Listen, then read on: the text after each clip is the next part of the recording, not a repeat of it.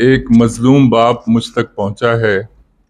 और उसकी मदद करना कानूनी और मजहबी और हर लिहाज से हम सब पे वाजिब होती है कि एक ऐसा शख्स जो सऊदीया में रहता हो,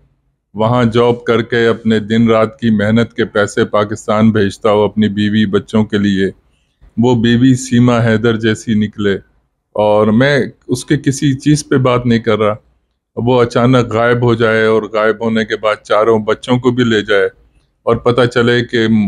एक खलीजी मुल्क के साथ होती हुई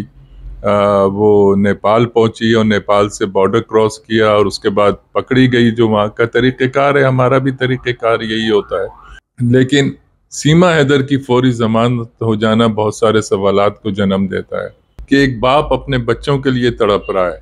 एक बाप को उसके बच्चे, इंडिया के लोग खड़े हों, इंडिया में जो एनजीओज हैं, मैं उनसे अपील करूंगा कि वो खड़ी हों कि हैदर को उसके बच्चे जो हैं दिलाए जाएं। माँ का भी हक है, अगर माँ आना चाहती है तो सर आँखों पे है इसके लिए, लेकिन अगर वो नहीं आना चाहती, क्योंकि अभी तक उसने जो इन्होंने अभी तलाक भी नहीं दी, गैर शरई तरीके से वो यहाँ से गई है। वहाँ पे जिस शख्स ने उसको रखा है उसका भी अभी तक कोई एविडेंस नहीं आया कि उसने उससे शादी कर ली है।